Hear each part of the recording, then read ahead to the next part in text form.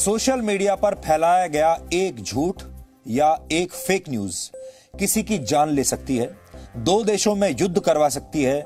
Social media आपको जो बताता है वो आज का ट्रेंड क्या है, वो सब कई बार झूठ होता है। फेसबुक, इंस्टाग्राम और ट्विटर जैसे सोशल मीडिया प्लेटफॉर्म अब केवल विज्ञापन ही नहीं दिखाते, बल्कि सोशल मीडिया पर आपकी व्यक्तिगत सोच को प्रभावित करने से बहुत आगे बढ़ चुके हैं। अब ये किसी देश में होने वाले चुनाव, वहां की जनता की राय, राजनीतिक पार्टियों की छवि बनाने और बिगाड़ने का काम करते हैं। आज हम आपको सबूतों के साथ ये बताने वाले हैं कि कैसे फेसबुक ने भारत के लोकतंत्र में घुसपैठ करके संवैधानिक मर्यादाओं पर चोट करने की कोशिश की है और सोशल मीडिया कैसे झूठ फैलाने का मीडिया बनता जा रहा है। भारत में फेसबुक के प्रमुख अजीत मोहन से संसदीय समिति ने जो सवाल पूछे हैं, उनके जवाबों का इंतजार पूरा देश कर रहा है। लेकिन जो सवाल पूछे गए हैं उनसे आज हम आपको वो सवाल दिखाएंगे, उनके ऊपर जो आरोप लग रहे हैं वो आरोप हम आपको दिखाने वाले हैं और उन आरोपों के पीछे आधार क्या है ये भी आज हम आपको बताएंगे। कुल मिलाकर आज आपको ये समझ में आएगा कि फेसबुक जैसा प्लेटफॉर्म कैसे एक खास विचारधारा को किसी देश में आगे बढ़ा सकता है और उसके बाद उस देश की जनता क्या सोचती है, क्या फैसले लेती है, उस देश की जनता किसे वोट डालती है, ये सब कुछ तय किया जा सकता है या उस पर प्रभाव डाला जा सकता है। ये एक बहुत खतरनाक ट्रेंड है, क्योंकि शायद आप नहीं जानते कि अब इन सारे सोशल मीडिया प्लेटफॉर्म्स के लिए आप एक कंज्यूमर नहीं हैं, बल्कि आप एक प्रोडक्ट हैं। आपके ऊपर प्रयोग चल रहे हैं, आपके ऊपर एक्सपेरिमेंट्स किए जा रहे हैं और आप शायद जानते भी नहीं। आपको याद होगा, जी न्यूज पर सबसे पहले 11 सितंबर को हमने करण जौहर के घर 2019 में हुई एक पार्टी का वीडियो दिखाया था, जिसमें ड्रग्स लेते हुए आपको फिल्म इंडस्ट्री के कई हीरो और हीरोइंस दिखाई दे रहे थे। लेकिन इस मामले में अब तक सिर्फ नायिकाओं पर सवाल उठ रहे हैं, महिला कलाकारों पर सवाल उठ रहे हैं, उनसे पूछताछ हो रही है, उन्हें समन भेजे जा रहे हैं। ऐसे में देश के बहुत सारे लोग ये सवाल पूछ रहे हैं कि फिल्म इंडस्ट्री में क्या सिर्फ महिला कलाकार ही ड्रग्स लेती हैं? पुरुष कलाकार यानी हमारे फिल्म इंडस्ट्री के नायक ये ड्रग्स नहीं लेते? और अगर लेते हैं तो अब तक इन्हें क्यों नहीं बुलाया गया? उनसे कोई पूछताछ क्यों नहीं हो रही? आपके आदर्श कैसे नायक होने चाहिए, कैसी नायिकाएं होनी चाहिए? दीपिका पादुकोण आपके आदर्श होनी चाहिए या फाइटर जेट रफाल उड़ाने की तैयारी कर रही फ्लाइट लेफ्टिनेंट शिवांगी सिंह और कश्मीर के महिला फुटबॉलर अफशा आशिक युवाओं की आदर्श होनी चाहिए? इस सवाल का जवाब भी आज हम आपको बताने की कोशिश करेंगे। और नए जूते, नए कपड़े और जिम की मेंबरशिप लेने के बाद एक्सरसाइज शुरू करने वालों को आज देश के 7 फिटनेस एक्सपर्ट्स ने एक नया सबक सिखाया है। इस सबक में ना तो जिम में जाकर पसीना बहाने की बात की गई है और ना ही डाइटिंग करने की हिदायत दी गई है। आज का सबक बैक टू बेसिक्स वाला सबक है। डीएनए में हम आज आपको इस फिटनेस क्लास के फिटनेस नोट्स आपके साथ शेयर करेंगे और इस क्लास में आज प्रधानमंत्री नरेंद्र मोदी भी शामिल हुए थे। लेकिन सबसे पहले आज की तमाम बड़ी खबरें नॉन स्टॉप न्यूज में। बॉलीवुड ड्रग्स केस में 3 एक्ट्रेस दीपिका पादुकोण, सारा अली खान और श्रद्धा कपूर से नारकोटिक्स कंट्रोल ब्यूरो शनिवार को पूछताछ करेगा। सारा अली खान आज गोवा से मुंबई पहुंच गई हैं। दीपिका पादुकोण भी रात तक मुंबई पहुंच जाएंगी। दीपिका को पूछताछ के लिए एनसीबी दफ्तर में कल बुलाया गया था, लेकिन दीपिका ने एनसीबी के नोटिस के जवाब में कहा है कि वो शनिवार को पेश होंगी और पूछताछ में पूरा सहयोग करेंगी। दोनों एक्ट्रेस शूटिंग के सिलसिले में कुछ दिनों से गोवा में थी। एनसीबी ने ड्रग्स मामले में आज फैशन डिजाइनर और मॉडल सिमोन खंबाटा से करीब 5 घंटे पूछताछ की। नारकोटिक्स कंट्रोल ब्यूरो कल अभिनेत्री रकुलप्रीत सिंह और दीपिका पादुकोण की मैनेजर करिश्मा प्रकाश से पूछताछ करेगा। इसी के साथ एनसीबी ने करण जौहर की कंपनी धर्मा प्रोडक्शन के डायरेक्टर क्षितिज प्रसाद को भी कल पूछताछ के लिए बुलाया है। सुशांत सिंह मौत मामले में ड्रग्स को लेकर रिया चक्रवर्ती और उनके भाई शोविक चक्रवर्ती की जमानत याचिका पर बॉम्बे हाईकोर्ट में सुनवाई 29 सितंबर तक टल गई है। रिया पर आरोप है कि वो ड्रग्स पैडलर के संपर्क में थी। फिलहाल रिया भायखला जेल में बंद है। ड्रग्स केस को लेकर नारकोटिक्स कंट्रोल ब्यूरो यानी एनसीबी ने आज भी 3 जगहों पर छापेमारी की। कल टीवी एक्टर अबिगल पांडे और सनम जौहर से पूछताछ में इन ठिकानों का खुलासा हुआ था। फिल्म अभिनेत्री कंगना रनौत की बीएमसी के खिलाफ लगाई गई याचिका पर आज बॉम्बे हाईकोर्ट में सुनवाई हुई। कोर्ट कल फिर इस मामले पर सुनवाई करेगा। कंगना ने ये याचिका अपने ऑफिस मणिकर्णिका फिल्म्स में तोड़फोड़ के खिलाफ लगाई थी। केस की सुनवाई के दौरान बॉम्बे हाईकोर्ट ने बीएमसी की कार्रवाई पर सवाल उठाए। कोर्ट ने कहा कि कंगना का ऑफिस तोड़ने में बीएमसी ने जितनी तेजी दिखाई उतनी तेजी दूसरे कामों में दिखाई देती तो मुंबई में इतने हादसे नहीं होते। शिवसेना नेता संजय राउत और बीएमसी ने जवाब देने के लिए कोर्ट से समय मांगा है। कंगना ने ट्वीट करते हुए कहा है कि माननीय हाईकोर्ट, मेरी आंखों में आंसू आ गए। मुंबई की बरसात में मेरा घर गिर रहा है। आपने मेरे टूटे हुए घर के बारे में इतना सोचा, ये मेरे लिए बहुत है। मेरे घाव पर मरहम लगाने के लिए धन्यवाद। मुझे वो सब वापस मिल गया जो मैंने खोया था। भारत ने जम्मू कश्मीर के मुद्दे को अंतर्राष्ट्रीय मंच पर उठाने की पाकिस्तान की कोशिश पर करारा जवाब दिया है। Conference on interaction and confidence building measures in Asia यानी CICA की स्पेशल मिनिस्ट्रियल मीटिंग में भारत ने राइट टू रिप्लाई में कहा कि पाकिस्तान ने भारत के खिलाफ फर्जी कहानी फैलाने के लिए एक और फोरम का गलत इस्तेमाल किया है। भारत ने साफ तौर पर कहा है कि जम्मू कश्मीर और लद्दाख के केंद्र शासित प्रदेश भारत का अभिन्न हिस्सा रहे हैं और रहेंगे। पाकिस्तान को भारत के घरेलू मुद्दों में दखल देने का कोई अधिकार नहीं है। वहीं विदेश मंत्रालय ने यह भी कहा है कि गिलगिट बाल्टिस्तान भारत का अभिन्न हिस्सा है और पाकिस्तान को इसका दर्जा बदलने का हक नहीं है। Any action by Pakistan to alter the status of the militarily occupied so-called Gilgit-Baltistan has no legal basis whatsoever. वहीं भारत ने United Nations human rights council में भी पाकिस्तान पर झूठ फैलाने का आरोप लगाया। भारत ने कहा कि पाकिस्तान अल्पसंख्यकों पर अत्याचार कर मानवाधिकारों का उल्लंघन करता रहा है। Pakistan's sole objective as a member of this council is to distract the attention of international community from serious human rights violations committed by it against its own people and in the Indian territories occupied by it. On one hand, pretends to speak for the rights of human beings, while at the same time it has unleashed state-sponsored cross-border terrorism against my country and is ruthlessly targeting innocent lives. विदेश मंत्री S Jaishankar ने कहा है कि भारत और चीन दोनों को ही आपसी हितों का ध्यान रखते हुए अनुकूल परिस्थिति बनानी होगी। विदेश मंत्री ने मुद्दों को सुलझाने के लिए बातचीत से हल निकालने का रास्ता सुझाया है। I think where India and China are concerned, it's important that they understand the need to accommodate each other's rights. I mean, clearly they will have some common interests and many interests which are more individual or nationally centered. This is one facet of a larger phenomenon for which both India and China have to sit down and find a solution. विदेश मंत्रालय ने कहा है कि भारत और चीन के बीच working mechanism for consultation and coordination की बैठक जल्द होगी। संसद में पास 3 कृषि बिलों के खिलाफ देश भर में प्रदर्शन हो रहे हैं। युवा कांग्रेस के कार्यकर्ताओं ने दिल्ली के इंडिया गेट पर मशाल जुलूस निकाला और सरकार के विरोध में नारेबाजी की।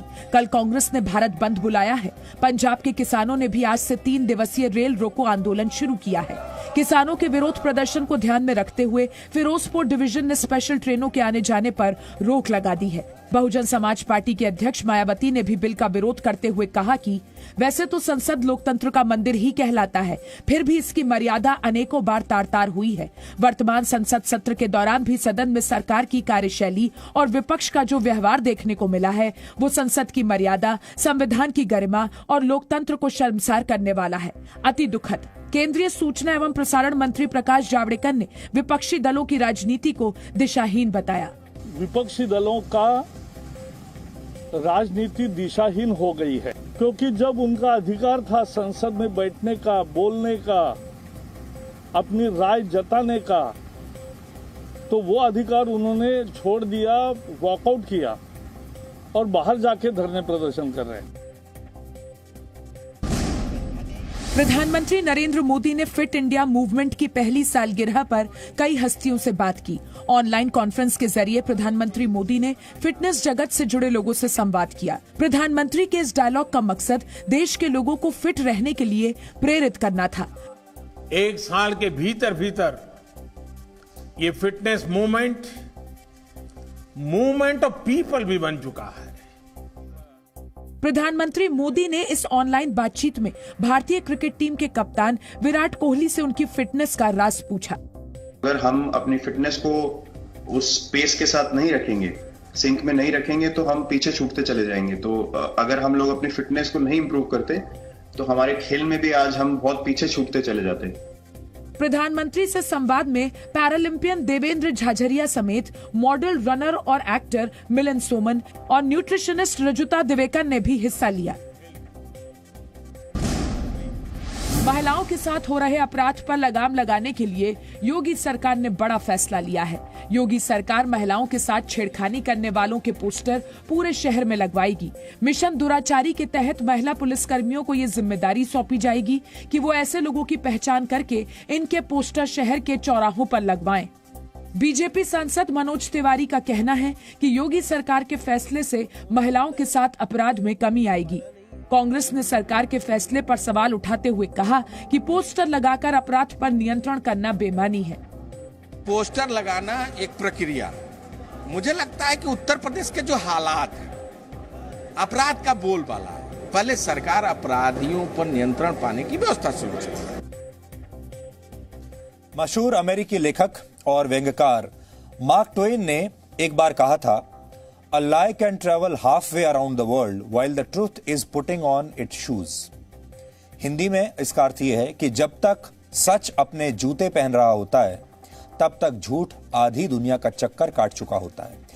आज के जमाने में अगर हम इसे इंप्लीमेंट करें तो ये फेक न्यूज की तरफ इशारा करता है। गूगल, फेसबुक, ट्विटर और व्हाट्सएप जैसे सोशल मीडिया प्लेटफॉर्म्स का इस्तेमाल हम सभी करते हैं, आप सब करते होंगे, और आप इनका इस्तेमाल इसलिए भी ज्यादा करते हैं क्योंकि ये सब बिल्कुल मुफ्त है। कभी आपने सोचा है कि ये लोग आपसे पैसा क्यों नहीं लेते?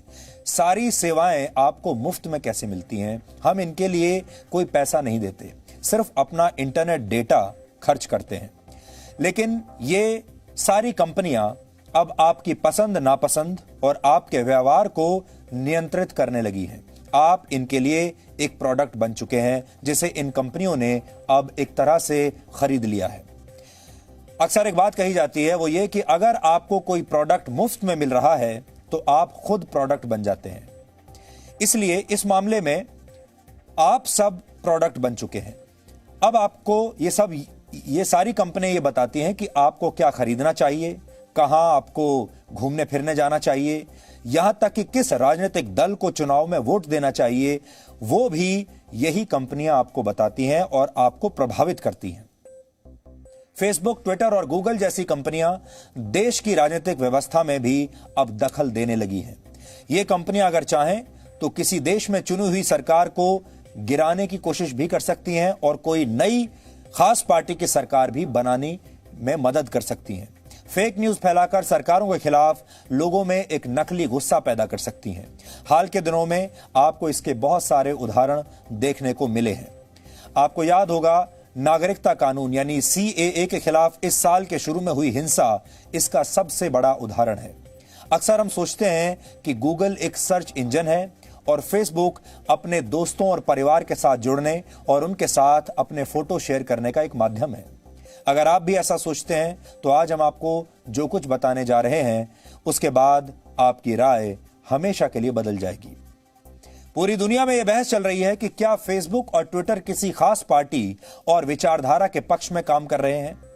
इसी महीने की शुरुआत में भारत की संसद की स्थायी समिति ने फेसबुक के इंडिया हेड अजीत मोहन को बुलाया था। इस बैठक में कुछ सांसदों ने फेसबुक से कई सवाल पूछे थे और उन पर लग रहे आरोपों पर फेसबुक की सफाई मांगी थी। इस बैठक में जो बातें सामने आई वो आज हम आपको बताने वाले हैं, और जो बातचीत इस बैठक में हुई है जब आप उसे सुनेंगे तो आप भी हैरान रह जाएंगे। इस बैठक में जो कुछ हुआ, जो बातचीत हुई, फेसबुक से जो सवाल पूछे गए, फेसबुक पर जो आरोप लगाए गए, वो उनके अनुसार वर्ष 2019 के लोकसभा चुनाव से ठीक पहले फेसबुक ने कांग्रेस से जुड़े लगभग 700 फेसबुक पेज डिलीट कर दिए थे। लेकिन इन 700 फेसबुक पेजेस की फॉलोअर्स की संख्या सिर्फ 2 लाख के आसपास थी। यानी पेज तो 700 थे लेकिन फॉलोअर्स थे सिर्फ 2 लाख। जबकि इसी दौरान फेसबुक ने बीजेपी का समर्थन कर रहे सिर्फ 15 पेजेस को हटाया था, लेकिन इन 15 पेजेस के फॉलोअर्स की संख्या थी 26 लाख। तो अगर आप देखेंगे, जब संख्या बताती है फेसबुक, तो फेसबुक कहती है कि बीजेपी के तो हमने 15 पेज हटाए और कांग्रेस के देखिए 700 पेज हटा दिए। लेकिन इस संख्या के अंदर ही कैच है, क्योंकि कैच जो है वो ये है कि फॉलोअर्स कितने थे। भारत में फेसबुक पर पोस्ट की जा रही खबरों के फैक्ट चेक के लिए कुछ बाहरी एजेंसियों की सहायता ली जाती है। इसको आप ऐसे समझिए कि फेसबुक पर जो खबरें पोस्ट की जाती हैं उनमें से बहुत सारी नकली होती हैं, फेक न्यूज भी होती हैं। उन खबरों की सत्यता को जांचने के लिए फैक्ट चेक एजेंसियां रखी जाती हैं जो फैक्ट्स को चेक करती हैं। अब बड़ी बात यह है कि जिन एजेंसियों को इन खबरों की फैक्ट चेक करने की जिम्मेदारी दी गई है, ये एजेंसियां भी एक खास विचारधारा से जुड़ी हुई हैं। इन एजेंसियों के कुछ लोग कुछ खास राजनीतिक दलों से जुड़े हुए लोग हैं और उन्हीं पार्टियों की विचारधारा में विश्वास रखते हैं। यह भी पाया गया कि फेसबुक के लिए फैक्ट चेक करने वाले खुद ही कई बार फेक न्यूज फैलाते हैं, यानी चोर के हाथ में ही चाबी दे दी।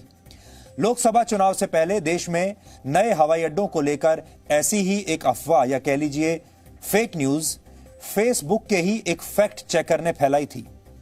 तब प्रधानमंत्री नरेंद्र मोदी ने कहा था कि पिछले 4 साल में देश में 35 एयरपोर्ट बनाए गए हैं, लेकिन फेसबुक की तरफ से नियुक्त फैक्ट चेक वेबसाइट ने प्रधानमंत्री के इस दावे को गलत बताया और कहा कि 35 नहीं, सिर्फ 7 नए हवाई अड्डे ही बनाए गए हैं। और इसके बाद सरकार ने बाकायदा एक औपचारिक बयान जारी करके सारे तथ्य रखे थे, यानी जिन लोगों पर फेसबुक फैक्ट चेक के लिए भरोसा किया जाता है उनके खुद के फैक्ट गलत निकल रहे थे। क्या कहा था तब मैं आपको आज बताना चाहता हूं। देखिए, जो फैक्ट चेकर है फेसबुक का, वो ये लिखते हैं number of operational airports. There are now 100 airports in India, out of which 35 were built in the last 4 years. Prime Minister Narendra Modi said on September 24, 2018 at the inauguration of Sikkim's first airport in Pakyong. तो इनका ये कह रहे हैं कि प्रधानमंत्री ने कहा है कि हमने 35 एयरपोर्ट 4 साल में 35 नए एयरपोर्ट्स बनाए हैं, और फेसबुक का ये जो फैक्ट चेकर है ये कहता है कि प्रधानमंत्री झूठ बोल रहे हैं, 35 नहीं बने हैं। फिर वो कहते हैं कि फैक्ट चेकर की मदद से not more than 7 airports were made operational over the last 4 years according to official data. तो फैक्ट चेकर कह रहा है कि जो प्रधानमंत्री ने बताया 35 नहीं बने, वो कह रहे हैं सिर्फ 7 नए एयरपोर्ट्स बने हैं। और उसके बाद भारत की सरकार ने बाकायदा इस बात को लेकर ट्वीट्स किए हैं, विचारधारा और अपने जो सही संख्या वो बताई है। लेकिन यहां जो बड़ी बात है वो ये है कि भारत सरकार ने एक आंकड़ा दिया और फेसबुक का फैक्ट चेकर उस आंकड़े को लेकर फेक न्यूज फैला रहा है।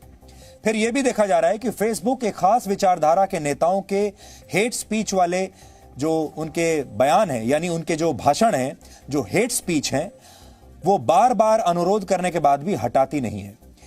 इन हेट स्पीच करने वाले लोगों में असदुद्दीन ओवैसी और कन्हैया कुमार के भाषण शामिल हैं।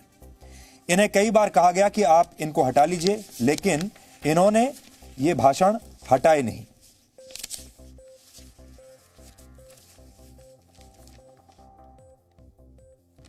कुछ सांसदों के इन आरोपों के जवाब फेसबुक के अधिकारियों से मांगे गए और अभी इसका इंतजार है कि वो क्या जवाब देंगे। आज मैं सारे पेपर्स उनके लेकर आया हूं, किस किस ने क्या जवाब दिए हैं, किस किस पर क्या आरोप लगे हैं, और ये सारी बातें यहां पर लिखी हुई हैं। यहां आपको यह जानना चाहिए कि भारत में फेसबुक में काम करने वालों का बैकग्राउंड क्या है, उनकी पृष्ठभूमि क्या है। हम यहां आपको यह बताना चाहते हैं कि यह जानकारी संसद की स्थायी समिति की बैठक में रखी गई है। फेसबुक इंडिया के एमडी अजीत मोहन यूपीए सरकार के समय योजना आयोग में काम किया करते थे। यूपीए सरकार के समय भारत के प्लानिंग कमीशन में काम किया करते थे।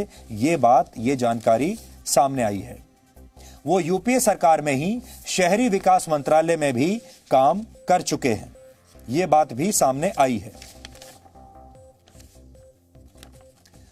2019 के लोकसभा चुनाव से ठीक पहले अजीत मोहन को फेसबुक का एमडी बना दिया गया। क्या लिखा है मैं आपको पढ़कर बताता हूं। Facebook's MD Ajit Mohan used to work with the Planning Commission under UPA. He had worked with the Ministry of Urban Development under UPA. He was appointed as the MD of Facebook in 2018, a year before 2019 general elections. यानी अब जो Facebook के MD हैं, ये पहले planning commission में काम किया करते थे यूपीए सरकार के समय, और फिर इन्हें अर्बन डेवलपमेंट मिनिस्ट्री में भी काम मिला एक कंसल्टेंट के तौर पर, यानी इन्हें लाभ दिए गए हैं, ये लाभान्वित हुए हैं यूपीए की सरकार के दौरान। और फिर जब लोकसभा चुनाव आने वाले थे उससे ठीक एक साल पहले इन्हें फेसबुक का इंडिया हेड नियुक्त कर दिया गया, फेसबुक का एमडी इंडिया में बना दिया गया। जाहिर है अपना आदमी है, उसे फेसबुक का एमडी नियुक्त कर दिया गया चुनाव से ठीक एक साल पहले। इसके बाद बात करते हैं फेसबुक की पब्लिक पॉलिसी टीम के सिद्धार्थ मजूमदार की। सिद्धार्थ मजूमदार सोनिया गांधी और अहमद पटेल के काफी करीबी बताए जाते हैं और इस बारे में भी फेसबुक से सवाल जवाब किए गए। Siddharth Majumdar, a lead in Facebook's public policy team, had previously worked for Sonia Gandhi's strategist and senior Congress leader Ahmed Patel. He also runs a Twitter account called as Nyay Sahai. The Twitter handle often abuses the Modi government and the Hindus. ये लिखा है इसके अंदर। यानी Facebook की public policy team में जो सिद्धार्थ मजूमदार हैं वो एक ट्विटर हैंडल चलाते हैं। उस ट्विटर हैंडल से मोदी सरकार के खिलाफ ट्वीट्स किए जाते हैं और वो कांग्रेस के जो अध्यक्षा हैं सोनिया गांधी, उनके भी करीबी माने जाते हैं। अब आप सोचिए, जो एक खास विचारधारा और खास लोगों की पार्टी के साथ करीबी लोग हैं, उन्हें अगर फेसबुक में इतने महत्वपूर्ण पदों पर रख दिया जाएगा तो फिर फेसबुक से आप न्यूट्रलिटी की उम्मीद कैसे कर सकते हैं। आगे इसमें लिखा है, जो मैंने पहले आपको बताया कि असदुद्दीन ओवैसी ने काफी हिट स्पीच दिए, उनके हिट स्पीच नहीं हटाए गए। इसमें यह भी लिखा है कि एक बार कांग्रेस पार्टी की जो इंटरिम प्रेसिडेंट हैं सोनिया गांधी, उन्होंने भी एंटी सीएए रैली में इस तरह का एक भड़काऊ भाषण दिया, उसे भी फेसबुक ने नहीं हटाया। और इसके अलावा भी कई और ऐसे नेता हैं जिन्होंने ऐसे भाषण दिए हैं और उन्हें नहीं हटाया गया, यानी उन्हें फेसबुक पर अभी भी आप जाकर देख सकते हैं, जो कि उनकी अपनी पॉलिसी के खिलाफ है। फेसबुक में काम करने वाली कविता के विपक्षी दल के एक सांसद के साथ 2015 से 2017 के बीच काम कर चुकी हैं, उनके बारे में भी लिखा है। तो कविता के जो कि फेसबुक के साथ काम करती हैं, इनके लिंक्डइन प्रोफाइल से यह पता चलता है कि ये तृणमूल कांग्रेस के साथ काम कर चुकी हैं पहले। और कविता's LinkedIn profile mentions that she had worked as principal policy associate for TMC leader Derek O'Brien. Derek O'Brien के साथ ये काम कर चुकी हैं, तृणमूल कांग्रेस के साथ काम कर चुकी हैं और अब ये फेसबुक में काम करती हैं। और इनकी डेजिग्नेशन क्या है? Public policy manager, India, south Asia and central Asia Facebook. यानी फेसबुक की जो पब्लिक पॉलिसी मैनेजर हैं भारत और दक्षिण एशिया की, वो तृणमूल कांग्रेस के लिए पहले काम करती थी और तृणमूल कांग्रेस के एक राज्यसभा सांसद डेरेक ओब्रायन के लिए 2015 से 2017 के बीच काम कर चुकी हैं और अब फेसबुक में है। मनीष खंडूरी फेसबुक के न्यूज पार्टनरशिप हेड रह चुके हैं। उन्होंने 2019 के लोकसभा चुनाव से पहले फेसबुक छोड़ दिया था और कांग्रेस पार्टी के टिकट पर उत्तराखंड की गढ़वाल लोकसभा सीट से चुनाव लड़ा था। उनके बारे में भी सवाल पूछा गया था और कहा गया था कि इस तरह के लोग अगर फेसबुक में रहेंगे तो फिर फेसबुक न्यूट्रलिटी के साथ कैसे काम कर सकती है।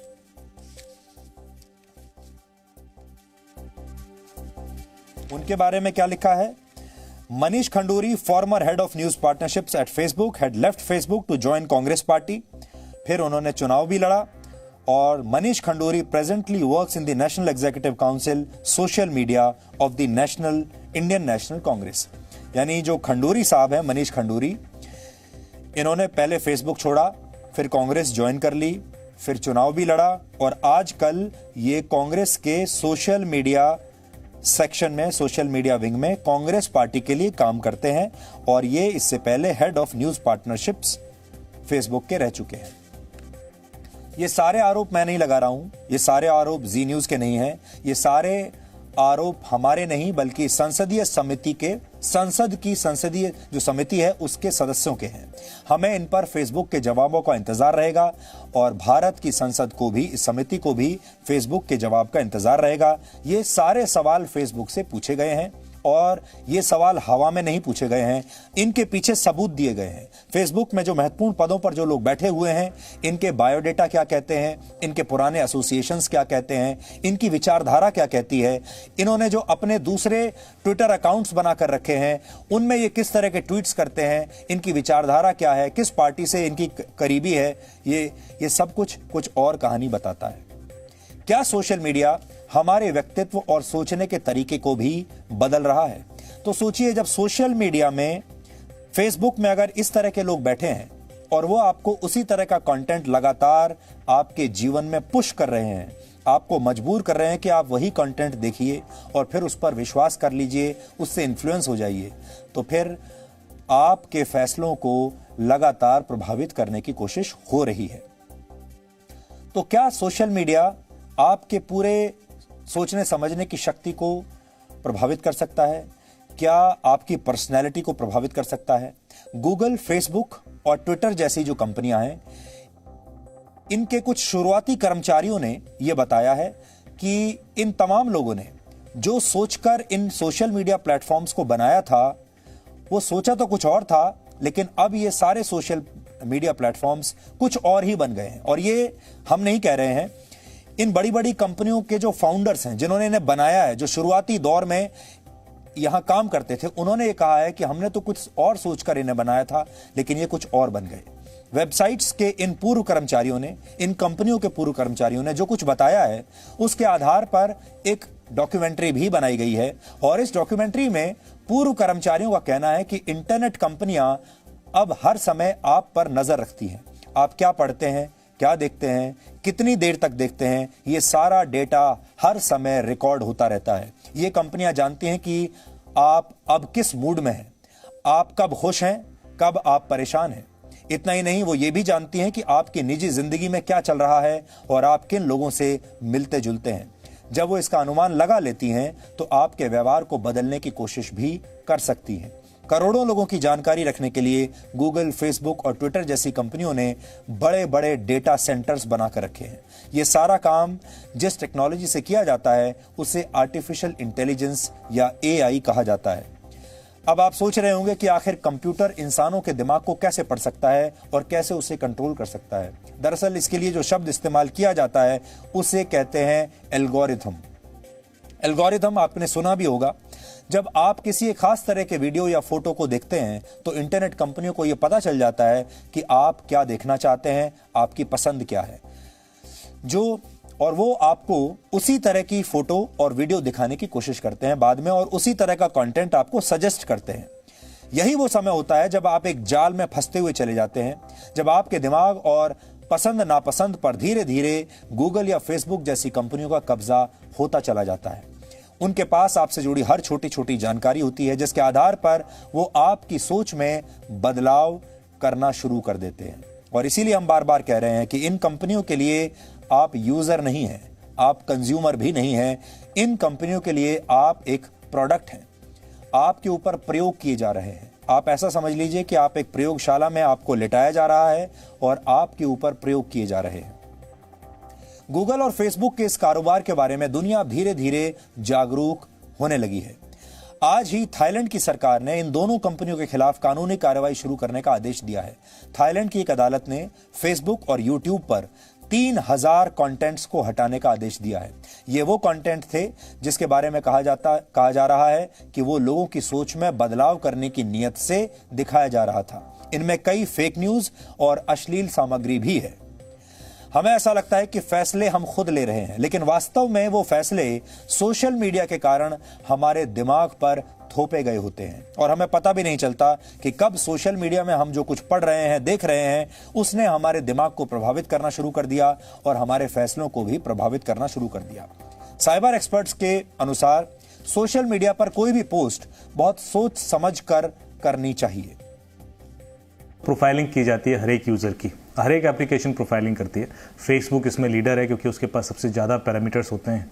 आप जो भी कंटेंट देखते हो, आपने कितनी देर देखा, उसको देख के लाइक किया नहीं किया, आपने कंटेंट बार बार देखा, आपने स्क्रॉल किया तो स्क्रॉलिंग भी रिकॉर्ड करता है कि आपने कहाँ रुके, कितनी बार स्क्रॉल किया, तेज़ी से कर लिया। कि साइकोलॉजी का पूरा प्रोफाइल उनके पास है और उस वजह से वो जो डेटा पुश करते हैं वो बिल्कुल अलाइंड उसी तरीके से होता है कि आप देखना क्या चाहते हो या किधर आपकी वल्नरेबिलिटीज़ हैं जो आपको इग्नाइट कर सकती हैं, मैनिपुलेट करने में हेल्प कर सकती हैं। तो आपकी डिसीजन मेकिंग आपकी नहीं होती है, वो उस कंटेंट की होती है। जो हमेशा से कहता रहा हूँ कि हम जो हैं, हम उस हम उस इन्फॉर्मेशन का प्रोडक्ट हैं जो हमें फीड की गई है बचपन से। जो इन्फॉर्मेशन हमें मिलती जाती है हम एक्चुअली वही बन जाते हैं।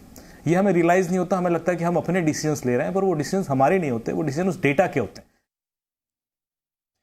किसी भी बड़ी सोशल मीडिया कंपनी के 3 प्रमुख लक्ष्य होते हैं। पहला लक्ष्य है एंगेजमेंट, यानी आपको सोशल मीडिया की आदत डालना, आपको एंगेज करके रखना और यह तय करना कि आप ज्यादा से ज्यादा देर तक उस सोशल मीडिया प्लेटफॉर्म पर बने रहें, उसे कंज्यूम करते रहें। आपने भी ये देखा होगा कि आपको सोशल मीडिया की आदत लग जाती है और सोशल मीडिया प्लेटफॉर्म जो भी हो, चाहे वो गूगल हो, फेसबुक हो, ट्विटर हो, यूट्यूब हो, वो ये कोशिश करता है कि एक बार अगर आप उसके प्लेटफॉर्म पर आ गए तो आप आसानी से वहां से कहीं और ना जाएं। वो आपको एक के बाद एक कंटेंट दिखाता चला जाता है, कंटेंट सजेस्ट करता चला जाता है, आपको बताता है कि किस आदमी ने, आपके किस दोस्त ने कोई फोटो अभी पोस्ट की है और उस फोटो में आपको टैग कर लिया है। फिर आपको पता चलता है कि आपके दोस्त ने एक फोटो टैग की है और जिसमें आपको टैग किया गया है। फिर आप उसे देखते हैं, देखने के बाद फिर रिएक्ट करते हैं, फिर आप उससे बातचीत करते हैं। यानी ये सारे प्लेटफॉर्म्स ये चाहते हैं आप ज्यादा से ज्यादा समय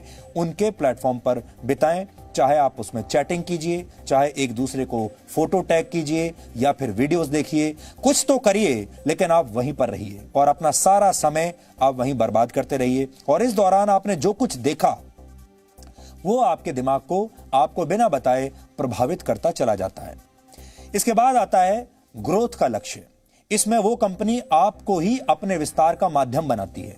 आप अपने दोस्तों के साथ एक नेटवर्क बना लेते हैं और धीरे धीरे आपके और नए दोस्त, आपके और परिवार के नए सदस्य इसमें जुड़ते चले जाते हैं। यानी सारे के सारे लोग एक ही प्लेटफॉर्म पर आ जाते हैं। आपने देखा होगा आपके सारे दोस्त या आपका परिवार के सारे लोग कई बार फेसबुक पर हैं और लगातार वो फेसबुक पर एक दूसरे को पोस्ट लिखते रहते हैं, संदेश भेजते रहते हैं, फोटो भेजते रहते हैं। फिर आता है नंबर रेवेन्यू का, यानी आपके जरिए कमाई करने का। इसमें कोई भी इंटरनेट कंपनी आपको विज्ञापन दिखाकर कमाई कर रही होती है। आपको विज्ञापन दिखाए जाते हैं। जब आप उनके पूरे झांसे में आ जाते हैं, जब आप इस अंधे कुएं में प्रवेश कर चुके होते हैं और वहां से निकल नहीं सकते, फिर वहां पर आपको अलग अलग तरह के विज्ञापन दिखाए जाते हैं और उन विज्ञापनों का ये कंपनियां पैसा लेती हैं। तीसरी स्टेज तक आते आते आपके व्यवहार को फेसबुक जैसी कंपनियां पूरी तरह समझ भी चुकी होती हैं और पूरी तरह अपने कंट्रोल में ले चुकी होती हैं। इसे आप इंसान के दिमाग की हैकिंग भी कह सकते हैं। यानी अब आपके दिमाग की हैकिंग हो गई। अब आप असल में उसके कंट्रोल में। आपको लगता है कि फेसबुक आपके कंट्रोल में है या गूगल आपके कंट्रोल में है, ट्विटर आपके कंट्रोल में है, लेकिन असल में आप इनके कंट्रोल में होते हैं। शायद आप भी ये सोचते होंगे कि इंटरनेट पर मौजूद ये सोशल मीडिया प्लेटफॉर्म्स के लिए आप कोई पैसा तो चुकाते नहीं हैं, ये सब आपको मुफ्त में मिल रहा है, तो फिर मुफ्त में आप ये सब सेवाओं का फायदा क्यों ना लें। यानी फेसबुक, व्हाट्सएप और इंस्टाग्राम जैसी सर्विसेज आपके लिए बिल्कुल फ्री हैं।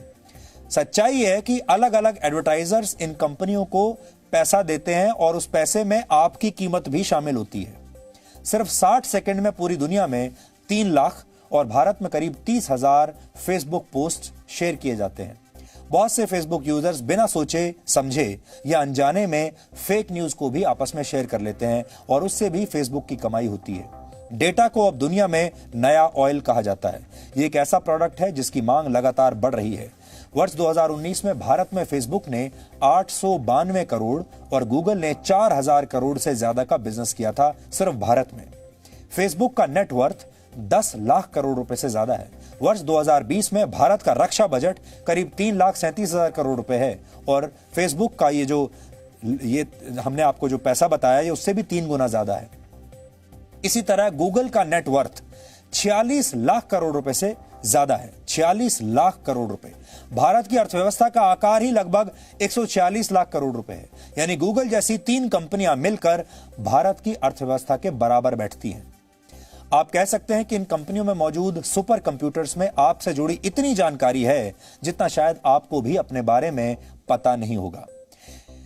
इस समय कोविड-19 के संक्रमण की वजह से पूरी दुनिया में लोग सोशल डिस्टेंसिंग का पालन कर रहे हैं, इसलिए सोशल मीडिया पर लोग एक दूसरे के और ज्यादा करीब आ रहे हैं। सोशल मीडिया की अब पहले से भी ज्यादा कमाई हो रही है सोशल मीडिया कंपनियों की। भारत के लोगों का सबसे पसंदीदा सोशल मीडिया प्लेटफॉर्म फेसबुक है, जिसके 35 करोड़ से ज्यादा यूजर्स हमारे देश में हैं। यानी भारत में हर चौथा व्यक्ति फेसबुक का इस्तेमाल करता है। हर चौथा व्यक्ति। भारत में फेसबुक यूजर्स की संख्या दुनिया में सबसे ज्यादा है। यानी फेसबुक के लिए भारत सबसे बड़ा बाजार है और अनुमान है कि वर्ष 2023 तक यूजर्स की यह संख्या बढ़कर 45 करोड़ हो जाएगी। एक आम भारतीय हर दिन औसतन 3 से 4 घंटे सोशल मीडिया का इस्तेमाल करता है और यह भी दुनिया में सबसे ज्यादा है। यहां सोशल मीडिया का मतलब फेसबुक, ट्विटर और इंस्टाग्राम से है। वर्ष 2019 और 2020 में 73% फेसबुक यूजर्स की उम्र 18 से 24 वर्ष के बीच थी। तो सोच लीजिए हमारा जो यूथ है, वो हमारे जो युवा हैं वो क्या कर रहे हैं। 3 से 4 घंटे हर रोज वो सिर्फ सोशल मीडिया पर बिता रहे हैं। फेसबुक के बाद भारत के लोगों का दूसरा सबसे पसंदीदा सोशल मीडिया प्लेटफॉर्म व्हाट्सएप है। व्हाट्सएप के 30 करोड़ यूजर्स हैं। तीसरे नंबर पर इंस्टाग्राम आता है, जिसके 10 करोड़ यूजर्स हमारे देश में हैं। मनुष्य एक सामाजिक प्राणी है, जिसे लोगों से मिलना जुलना, बातें करना और उनसे अपना कंटेंट शेयर करना पसंद है। एक रिसर्च के मुताबिक ट्विटर पर फेक न्यूज की रफ्तार सच्ची खबरों से 6 गुना ज्यादा तेज होती है। फिर से सुन लीजिए, फेक न्यूज की रफ्तार सच्ची खबरों से 6 गुना ज्यादा तेज होती है ट्विटर पर। फेक न्यूज फैलाने में इंसानों की रफ्तार रोबोट से ज्यादा होती है और अगर यह फेक न्यूज राजनीति से जुड़ी हो तो इसकी रफ्तार और भी ज्यादा बढ़ जाती है। इसलिए फेक न्यूज को रोकना बहुत मुश्किल होता है। तो कई बार आपने देखा होगा, आप कोई सच्ची खबर वायरल करना चाहते हैं, आप कोई पॉजिटिव खबर वायरल करना चाहते हैं, नहीं होती। आप कोई अच्छा काम आपने किया है, आपने कोई अच्छा स्टेटमेंट दिया है, आपने कोई अच्छी जानकारी शेयर की है और आप चाहते हो ये ज्यादा से ज्यादा लोगों तक पहुंचे, नहीं पहुंचेगी। वो वीडियो कभी वायरल नहीं होगा। लेकिन अगर आप कोई नेगेटिव चीज शेयर करना चाहते हैं, कोई मारपीट का वीडियो शेयर करना चाहते हैं, कोई अपमानजनक ऐसा वीडियो शेयर करना चाहते हैं जो बहुत आपत्तिजनक है, तुरंत वायरल हो जाएगा। किसी की हत्या हो रही है और लाइव हत्या होती हुई दिख रही है, आप इसे वायरल करना चाहते हैं, तुरंत हो जाएगा। चोरी करने के तरीके आप चाहते हैं वायरल हो जाए, तुरंत वायरल हो जाएगा। बॉम्ब कैसे बनाया जाए, यह वायरल हो जाएगा। लेकिन इलाज कैसे किया जाए, नौकरियां कैसे पाई जाएं, अच्छी पढ़ाई कैसे की जाए, अच्छा मनुष्य कैसे बना जाए, अगर आप ये वायरल करना चाहते हैं सोशल मीडिया प्लेटफॉर्म्स पर, बहुत मुश्किल है। ये बात अब तक आपने जान ली होगी।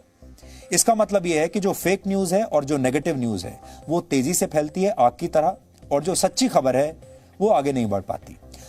नौजवान पीढ़ी के लिए सोशल मीडिया एक तरह से एक ड्रग्स का काम कर रहा है। आप तो आजकल चारों तरफ ड्रग्स के बारे में सुन रहे हैं। आप देख रहे हैं कि बॉलीवुड के बहुत बड़े बड़े कलाकार ड्रग्स ले रहे हैं। लेकिन जो सोशल मीडिया की जो लत है, ये भी एक ड्रग की तरह है। वर्ष 2012 के बाद अमेरिका में आत्महत्या के मामलों में बहुत तेजी आई। इसके लिए सोशल मीडिया को बहुत जिम्मेदार माना जाता है, क्योंकि यही वो समय था जब 10 साल से 19 साल की उम्र के बीच के ज्यादातर नौजवान पहली बार सोशल मीडिया से परिचित हुए थे। इस शताब्दी के पहले दशक के मुकाबले दूसरे दशक यानी 2010 से 2020 के बीच अमेरिका में आत्महत्या की दर में 70% तक बढ़ोतरी हुई है। इनमें बड़ी संख्या में 10 से 19 साल की लड़कियां हैं और यह देखा जा रहा है कि सोशल मीडिया पर सबसे ज्यादा खतरा इसी उम्र के बच्चों पर है, क्योंकि वो एक सोशल मीडिया आइडेंटिटी को जीने लगते हैं और उनके लिए दूसरों के लाइक्स, दूसरों के कमेंट्स बहुत महत्वपूर्ण होने लगते हैं।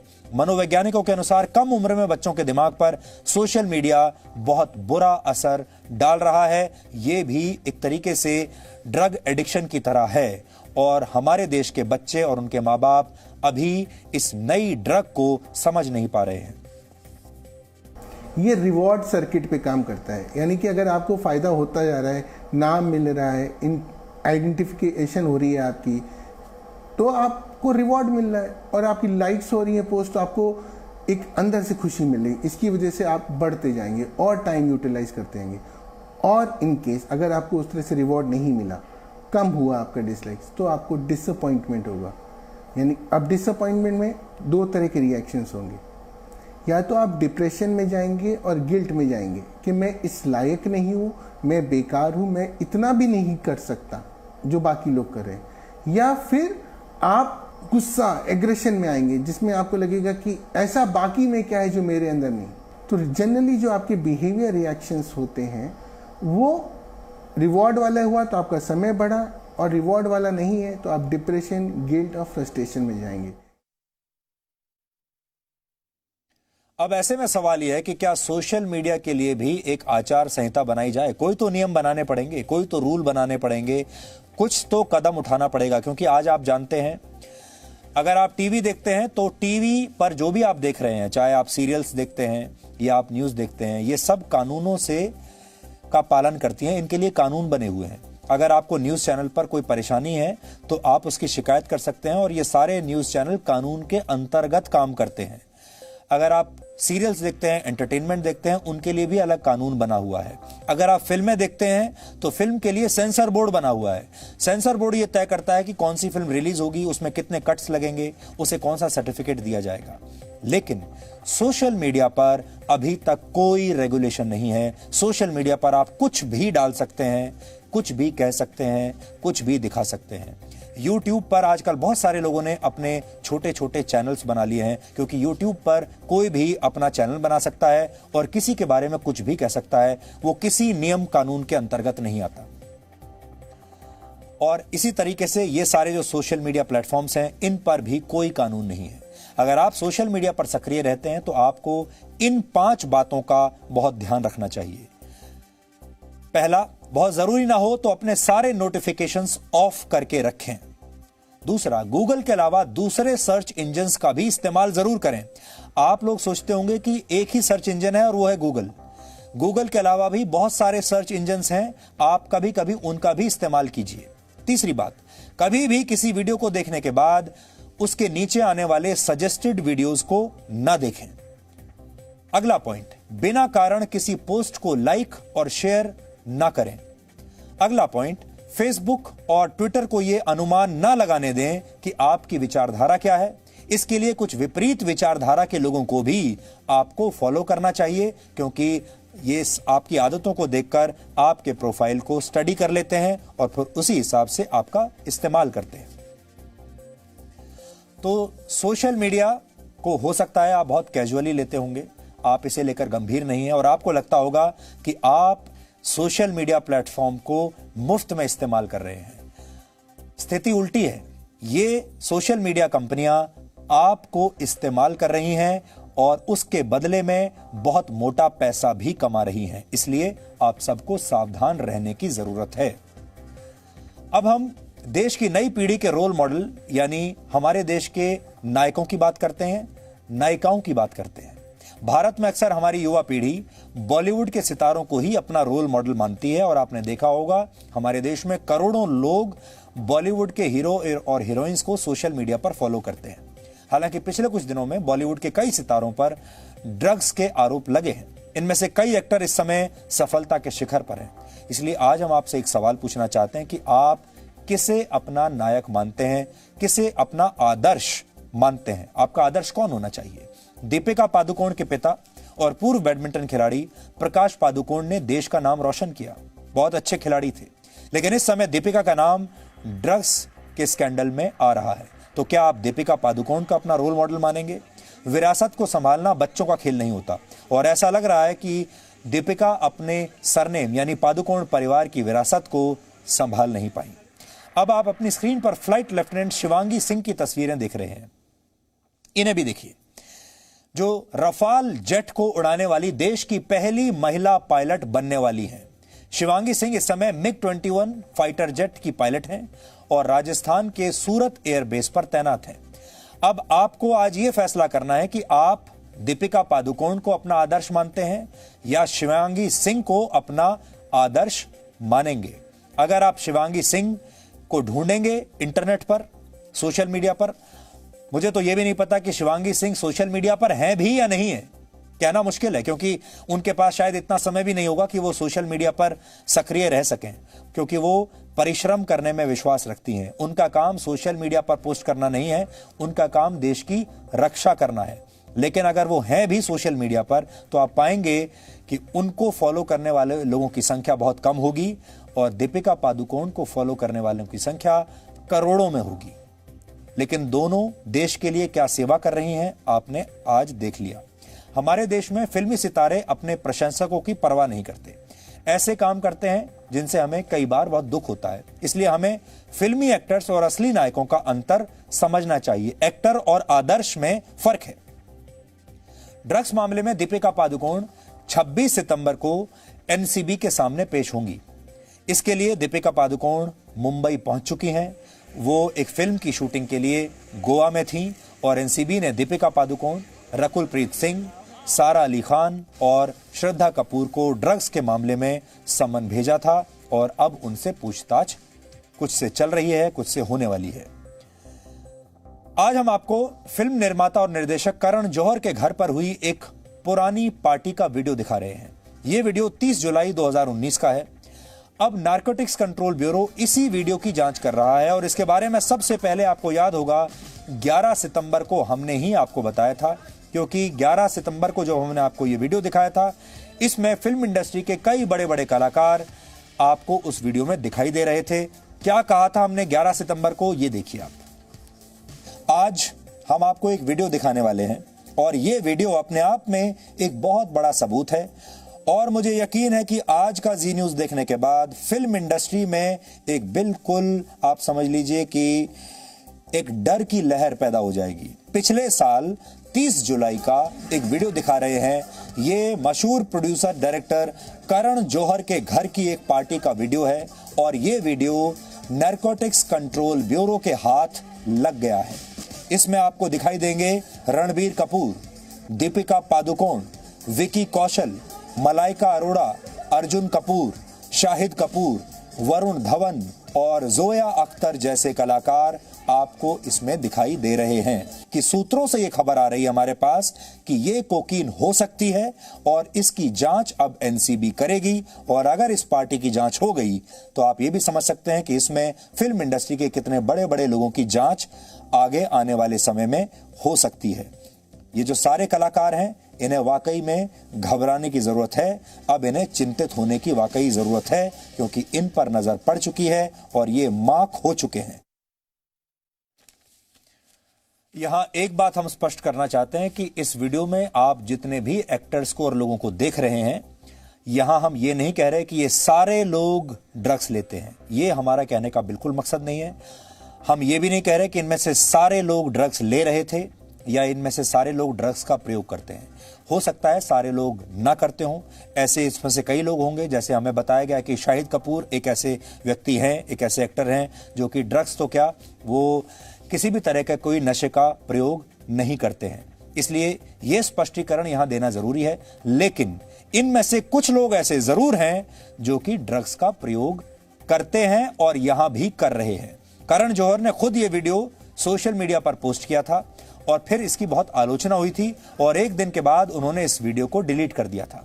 अब आपको इस वीडियो की सबसे महत्वपूर्ण बात बताते हैं। इस वीडियो में दीपिका पादुकोण दिख रही हैं और उन्हें सम्मन भेजा जा चुका है, लेकिन उनके अलावा रणबीर कपूर दिख रहे हैं, विकी कौशल, मलाइका अरोड़ा खान, अर्जुन कपूर, शाहिद कपूर दिख रहे हैं। शाहिद कपूर के बारे में हमने आपको बता दिया। वरुण धवन और जोया अख्तर जैसे बड़े कलाकार दिख रहे हैं। हालांकि ड्रग्स मामले में अब तक सिर्फ नायिकाओं पर ही सवाल उठ रहे हैं, उनसे पूछताछ हो रही है।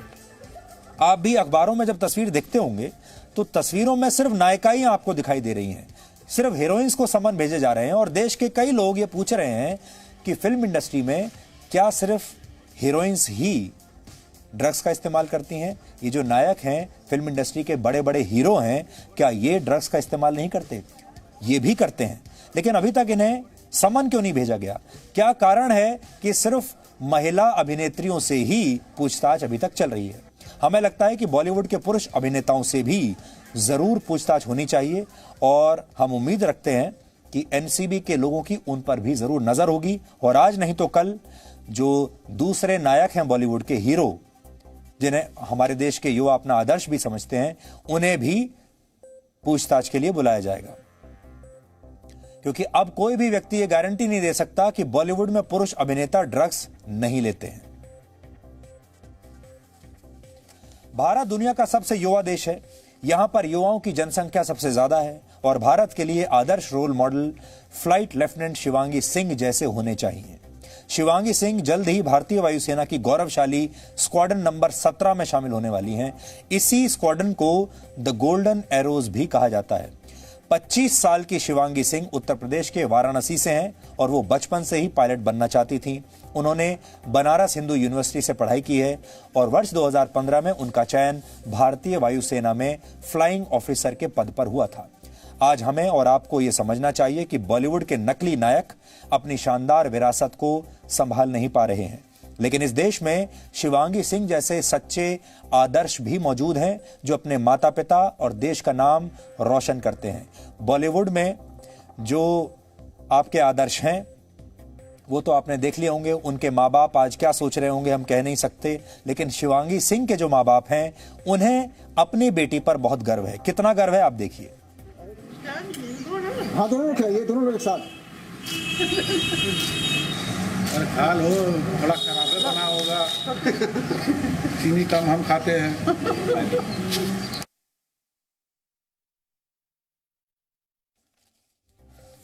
तो शिवांगी सिंह का परिवार बहुत खुश है, मिठाई बांट रहे हैं।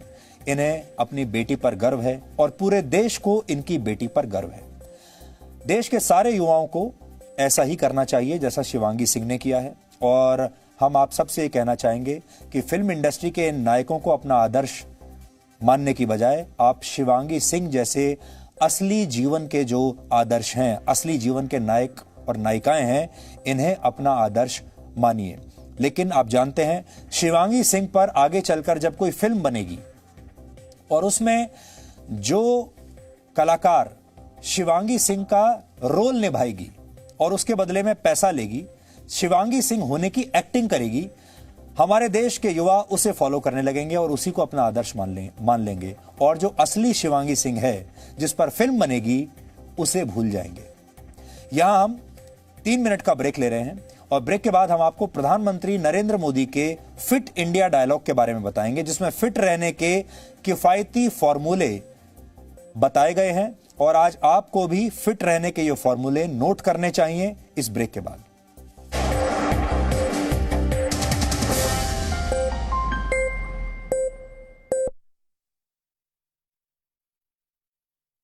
मेरे घर के सामने गड़ा है।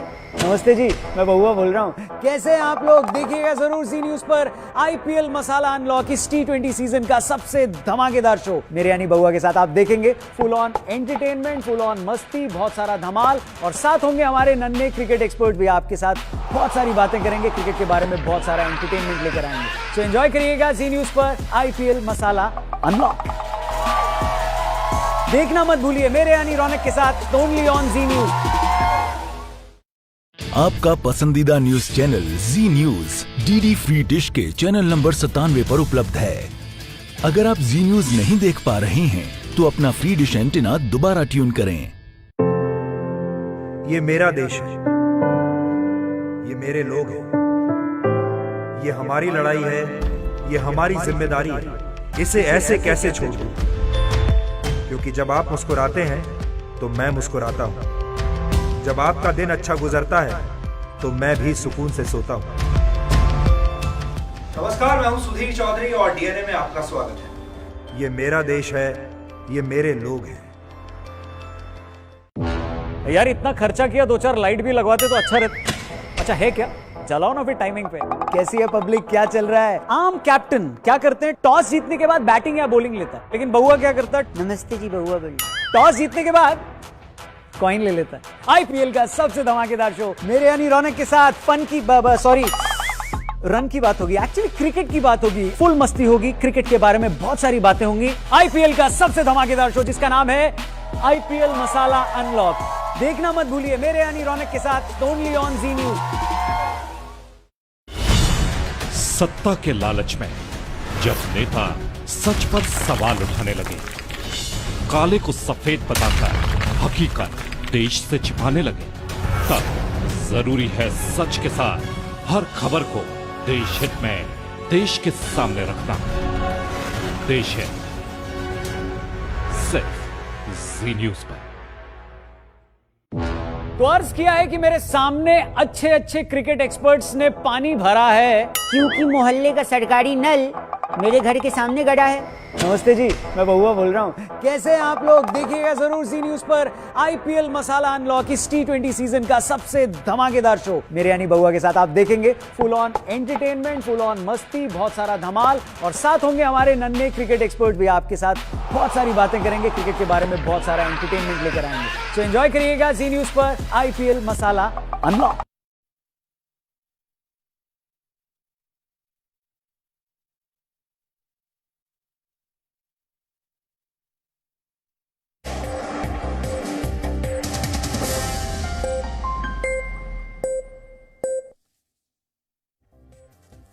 आपको याद होगा, भारत में पिछले साल फिट इंडिया मूवमेंट की शुरुआत की गई थी। इस अभियान की पहली वर्षगांठ के मौके पर आज प्रधानमंत्री मोदी ने 7 अलग अलग क्षेत्रों के ऐसे लोगों से बात की जो फिटनेस के प्रेरणा स्रोत माने जाते हैं। 1 घंटे 15 मिनट की इस बातचीत में किसी ने भी फिट रहने के लिए जिम जाने, कैलोरीज घटाने और हेल्थ फूड खाने की बातें नहीं की। फिट रहने को जीवन शैली बनाने पर जोर दिया। 55 साल के मिलिंद सोमन ने यह बताया कि वो कभी भी जिम नहीं जाते। मैं लोगों से यही कहता हूं कि मैं कभी जिम नहीं जाता, मैं कभी मशीन यूज नहीं करता। अभी स्पोर्ट्स के लिए वो यूजफुल होता है जब आप कंपटीशन में होते हो, लेकिन अगर सामान्य रूप से आपको अगर फिट रहना है और हेल्दी बनना है तो आप घर पे भी आसान चीजों को लेके आप फिट और हेल्दी बन सकते हो। मैं लोगों से यही कहता हूं कि मैं घर पे 8 फुट बाय 10 फुट की जगह में मैं फिट रह सकता हूं और मैं मैराथन दौड़ सकता हूं, मैराथन के लिए मैं तैयारी कर सकता हूं। तो ये जरूरी नहीं, लोगों के समझ में कभी कभी बोलते हैं नहीं फिट रहने के लिए इतना सारा करना पड़ता है, इतनी समय की जरूरत होती है, जिम की जरूरत है, इसकी जरूरत है, उसकी। मैं जब दौड़ता हूं मैं जूते भी नहीं पहनता, वो मुझे अच्छा लगता है। तो मैं कहना चाहता हूं कि जो भी आपके पास है उसे लेके, जो भी आपके पास है उसे लेके भी आप फिट और हेल्दी बन सकते हो। इसके बाद प्रधानमंत्री मोदी ने मिलिंद सुमन को बताया कि वो उनकी मां के व्यायाम वाले वीडियोस कई बार देख चुके हैं, जिससे उन्हें फिट रहने की प्रेरणा मिलती है। मिलिंद सुमन की मां उषा सुमन 81 वर्ष की हैं, 81 ईयर्स, और यह वीडियो उन्होंने इसी वर्ष अपने जन्मदिन पर 3 जुलाई को बनाया था। आप देखिए, 81 वर्ष की महिला पुशअप कर रही हैं। मुझे लगता है ये न सिर्फ युवाओं को बल्कि हमारे देश के जो वृद्ध लोग हैं उन्हें भी बहुत प्रेरणा देगा ये वीडियो।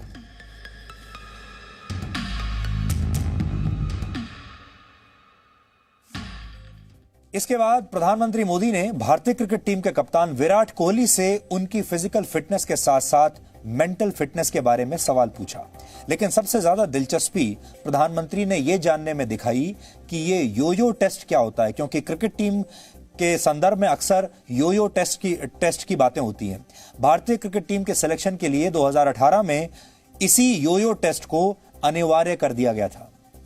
मैंने सुना है कि इन दिनों टीम के लिए एक योयो टेस्ट हो रहा है। क्या ये कैप्टन को भी ये योयो टेस्ट करवाना पड़ता है कि आपको छुट्टी होती है? और योयो टेस्ट होता क्या है, क्या क्या करना पड़ता है? सर, टेस्ट ये बहुत जरूरी था फिटनेस पॉइंट ऑफ व्यू से। अगर आप ग्लोबल फिटनेस लेवल्स की बात करें तो बाकी टीमों से हमारा लेवल अभी भी कम है और हम चाहते हैं कि वो लेवल हम ऊपर लेके जाएं, जो एक बेसिक रिक्वायरमेंट है।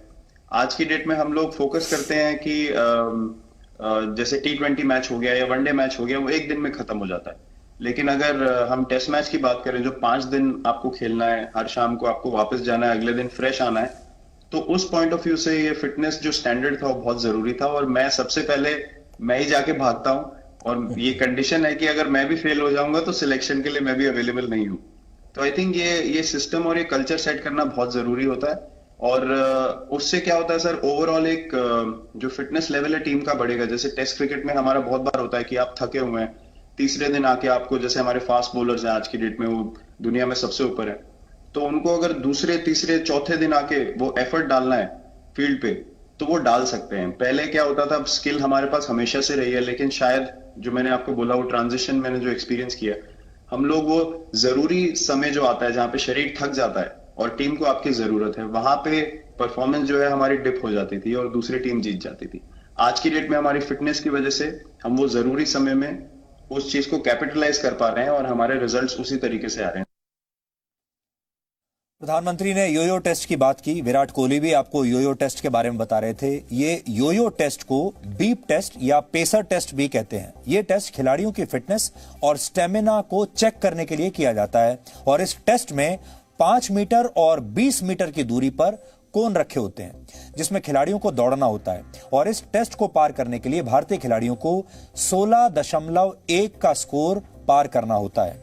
सभी देशों में यह सबसे कम मानक है। ऑस्ट्रेलिया में इस टेस्ट को पास करने के लिए 20.1 का स्कोर पार करना होता है और हमारे यहां सिर्फ 16.1 का, और सबसे ज्यादा ऑस्ट्रेलिया में ही इसको माना जाता है। विराट कोहली और रविंद्र जडेजा का स्कोर इस टेस्ट में 21 का रहा है, यानी सबसे ज्यादा मार्क्स जो हैं वो उन्हीं को मिले हैं। योयो टेस्ट को डेनमार्क के एक फुटबॉल फिजियोलॉजिस्ट जेंस बैंक्सबो ने बनाया था और फुटबॉल और हॉकी के बाद इसे क्रिकेट में सिलेक्शन के लिए अनिवार्य कर दिया गया। भारत में यह test national test academy Bengaluru में किया जाता है। 70 वर्ष के प्रधानमंत्री नरेंद्र मोदी को आपने योग करते तो अक्सर देखा होगा, उनका यह वीडियो भी आपने देखा होगा, लगातार काम करते हुए उन्हें देखा होगा, लेकिन आज उन्होंने देश से अपनी हेल्थ रेसिपी भी शेयर की है। जब उनसे यह पूछा गया कि घर का ताजा खाना और घी सेहतमंद बना सकता है तो पीएम ने कहा कि सेहतमंद खाने की प्रेरणा उन्हें उनकी मां से मिलती है। आप भी सोचते होंगे कि प्रधानमंत्री मोदी क्या खाते हैं, तो आज ये राज उन्होंने खुद देश के सामने खोल दिया। घी को देख लीजिए आप। Ghee by the way PM sir, अभी आजकल यूएस में सबसे गूगल्ड वर्ड है how to say ghee, you know that's the most googled word.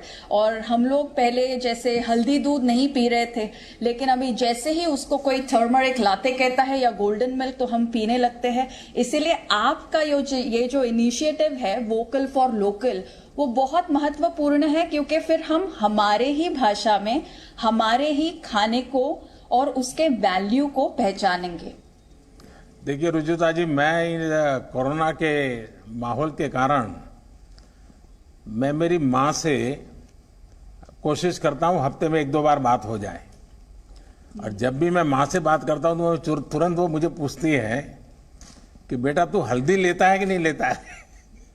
वो तुरंत मुझे पूछती है हल्दी लेता है कि नहीं लेता है। मेरी अपनी भी एक रेसिपी है, ये मेरी अपना इनोवेशन है, ऐसा मेरा क्लेम नहीं है, लेकिन मैं ये जो ड्रमस्टिक है मोरिंगा, ये न्यूट्रिशन की दृष्टि से बहुत महत्वपूर्ण है, ऐसा मैं सुनता रहा हूं।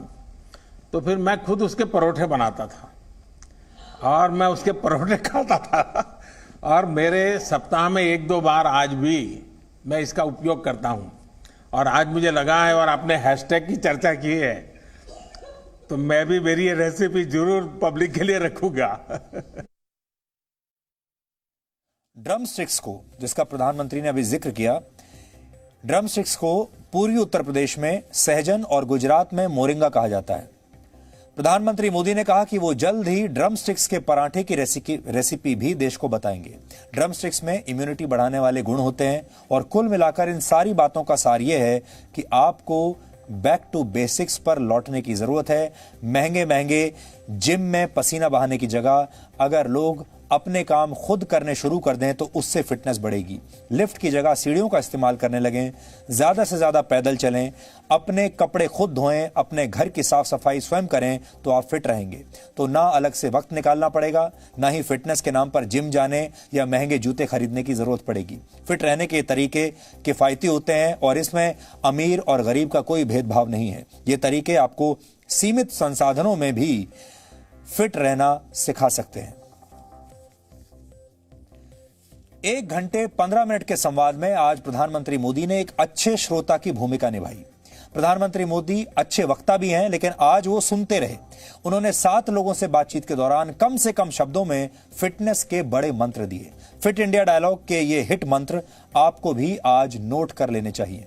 पहला मंत्र, फिटनेस की डोज आधा घंटा रोज। यानी आप योग, जिम, वॉकिंग, रनिंग जो भी करते हो उसे रोजाना आधे घंटे का नियम बनाकर करें, रोज करें। दूसरा मंत्र है ईट लोकल, थिंक ग्लोबल। अपने प्रांत या प्रदेश का स्थानीय खाना खाइए, लेकिन सोच बड़ी रखिए, सोच ग्लोबल रखिए। तीसरा मंत्र, फिटनेस नोज नो एज, यानी फिट रहने के लिए उम्र कोई बाधा नहीं होती। चौथा मंत्र, families that play together stay together. जो परिवार फुर्सत के पल साथ बिताते हैं वो साथ रहते हैं। जो परिवार एक साथ खेलते हैं वो भी साथ रहते हैं। उनमें जुड़ाव और अपनेपन की भावना रहती है। इसलिए अगर आप परिवार में साथ रहते हैं तो पूरे परिवार को साथ खेलना चाहिए। और पांचवा मंत्र, श्रम, सफलता और भाग्य सब कुछ स्वास्थ्य पर निर्भर करता है। स्वास्थ्य है तभी सब कुछ है।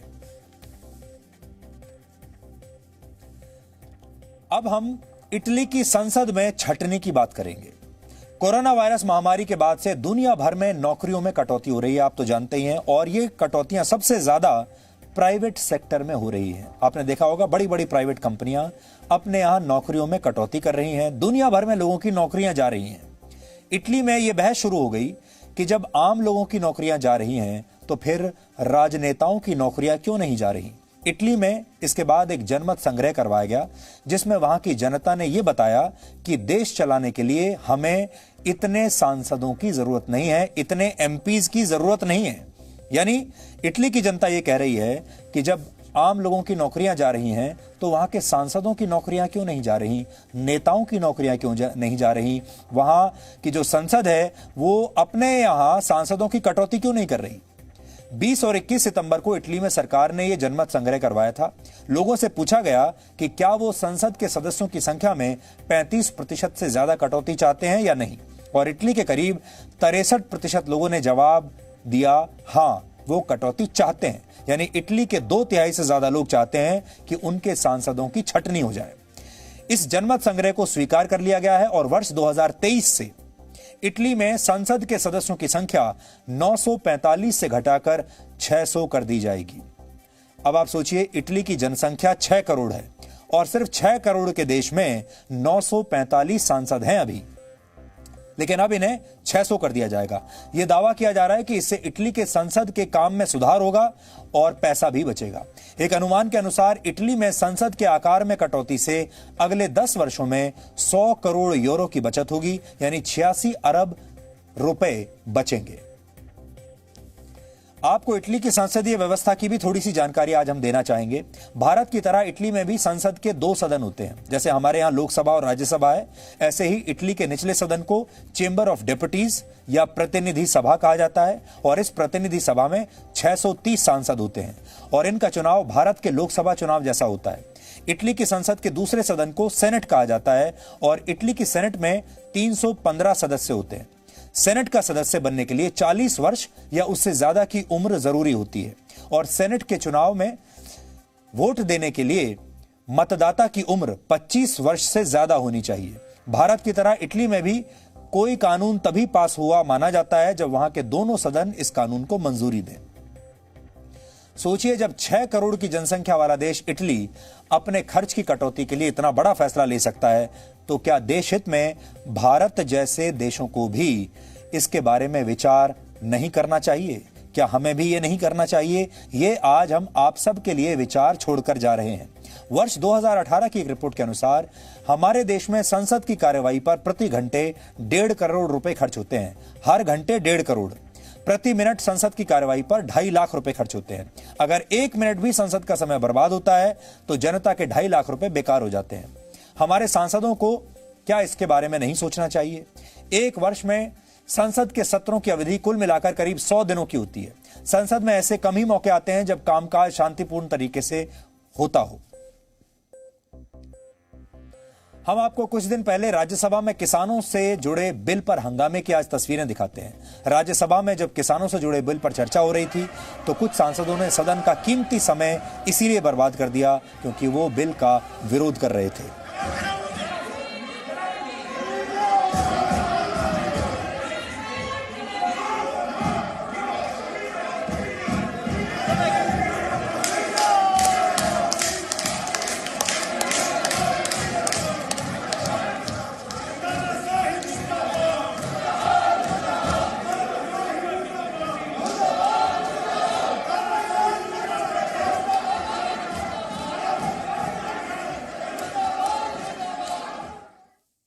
हाल ही में संसद ने अपने सांसदों के वेतन में 30% की कटौती का बिल पास किया, यानी सांसदों की जो तनख्वाह है वो 30% कम हो जाएगी। इससे पहले हर सांसद का मूल वेतन 1 लाख रुपए था। इसके अलावा एक सांसद को 45,000 रुपए निर्वाचन क्षेत्र का भत्ता मिलता है। अपने दफ्तर के लिए हर महीने 45,000 रुपए मिलते हैं। सत्र में शामिल होने के लिए हर दिन 2,000 रुपए अतिरिक्त मिलते हैं। इसके अलावा सांसद को हवाई यात्रा और रेल यात्रा के मुफ्त टिकट मिलते हैं। बड़े बड़े बंगले या बड़े बड़े फ्लैट्स मिलते हैं, सरकारी मकान मिलते हैं जिसमें पानी बिजली मुफ्त होता है और फोन के लिए भी अलग से भत्ता मिलता है। इसके अलावा हमारे सांसदों को पेंशन भी मिलती है। हम ये फैसला आज आप पर छोड़ते हैं कि क्या भारत को भी इटली की तरह अपने संसद के खर्च में कटौती के लिए संसद का आकार छोटा करना चाहिए या नहीं करना चाहिए, या आकार उतना ही रखना चाहिए लेकिन सांसदों को मिलने वाले जो पर्क्स हैं, जो पैसा है, जो सुविधाएं हैं, उन्हें कम कर देना चाहिए। हम ये मानते हैं कि मुश्किल वक्त में बचाया गया एक एक रुपया भी किसी की जान बचाने में काम आ सकता है। अगर जनता से सब्सिडी छोड़ने की उम्मीद की जा सकती है तो क्या जनहित में सांसदों को भी मुफ्त में मिलने वाली सुविधाओं का त्याग नहीं कर देना चाहिए? ये एक बड़ा सवाल है जिसके बारे में आज देश को सोचना चाहिए। हम एक सांसद पर जितना पैसा खर्च करते हैं, एक सांसद को जितनी सुविधाएं देते हैं, उसकी वजह से हमारे देश में आज भी चाहे वो बिजनेसमैन हो, चाहे कोई आम लोग हों, चाहे नेता हों, हर व्यक्ति आज सांसद बनना चाहता है। सांसद क्यों बनना चाहता है? क्योंकि सांसद बनने के लिए आपको बहुत अच्छी सुविधाएं, बनने के बाद पर्क्स मिलते हैं। आपको बड़ा सा मकान मिलता है, आपको गाड़ी के लिए पेट्रोल मिलता है, हवाई जहाज में सफर करने के लिए मुफ्त टिकट मिलती है, रेल की ना सिर्फ आपको बल्कि आपका एक अटेंडेंट भी आपके साथ मुफ्त हवाई जहाज में या रेल में जा सकता है और तमाम तरह की सुविधाएं मिलती हैं, जिसकी वजह से सब लोग सांसद बनने के लिए हमेशा उतावले रहते हैं। आपने देखा होगा हमारे देश की राजनीति में लोकसभा चुनाव के लिए टिकट मिलने के लिए कितनी होड़ लगी रहती है। हर आदमी कुछ भी करके टिकट लेना चाहता है। क्यों? आखिर सांसद का ये जो पद है, इसमें ऐसा क्या है कि लोग करोड़ों रुपया खर्च करके, अपनी जेब से करोड़ों रुपया खर्च करके सांसद बनना चाहते हैं? देश की सेवा करने का ऐसा क्या जज्बा है उनके अंदर? इसी तरह राज्यसभा में अगर आप देखें, हमारे देश में सब लोग यही इच्छा रखते हैं अपने मन में, जितने भी हमारे देश के बड़े इन्फ्लुएंशियल लोग हैं, कि उन्हें राज्यसभा का सांसद बना दिया जाए और इसके लिए वो कुछ भी करने के लिए तैयार रहते हैं। ऐसा क्या है सांसद बनने में जो हमारे देश के लोग इतने उतावले हैं? हमारे देश के नेता, हमारे देश के कार्यकर्ता, सब लोग अपने जीवन का जो अंतिम लक्ष्य है वो ये मानते हैं कि एक बार संसद में एंट्री हो जाए, एक बार मैं सांसद बन जाऊं, और अगर वो एक बार सांसद बन जाएं तो फिर वो उस पद को, उस सीट को आजीवन छोड़ना नहीं चाहते। एक के बाद एक हर बार उन्हें नया टिकट चाहिए। हर बार वो चाहते हैं कि एक बार और से उनकी मेंबरशिप उन्हें फिर से मिलती चली जाए और वो चाहते हैं कि अब सालों साल, वर्षों तक वो सांसद बने रहें। इसकी बड़ी वजह यह है कि सांसदों को सुविधाएं बहुत मिलती हैं, सांसदों के पास ताकत बहुत है, दूसरे लोगों को ऑब्लाइज करने की ताकत बहुत है। हमारे देश, अब समय आ गया है जब हम इसके बारे में सोचें और ये तय करें कि सांसद जो है, अगर आपको बनना है और आपको अपने देश की सेवा करनी है तो अपने खर्चे पर कीजिए, अपने खर्चे पर दिल्ली में मकान लेकर रहिए, अपने खर्चे पर संसद पहुंचिए, अपने खर्चे पर दफ्तर चलाइए जैसे बाकी कोई भी लोग चलाते हैं, और तब आप अपने देश की सेवा कीजिए, तब तो ये देश की सेवा मानी जाएगी, नहीं तो यही माना जाएगा कि आप सिर्फ सुविधाओं के आकर्षण में, पैसे और ताकत के आकर्षण में सांसद बनना चाहते हैं। अब आखिर में आज का सवाल, आज आपको यह बताना है कि पूना पैक्ट से पहले महात्मा गांधी किस जेल में अनशन पर बैठे थे। आप इस पर रिसर्च कीजिए। ब्रेक के बाद हम आपको इस सवाल का सही जवाब बताएंगे।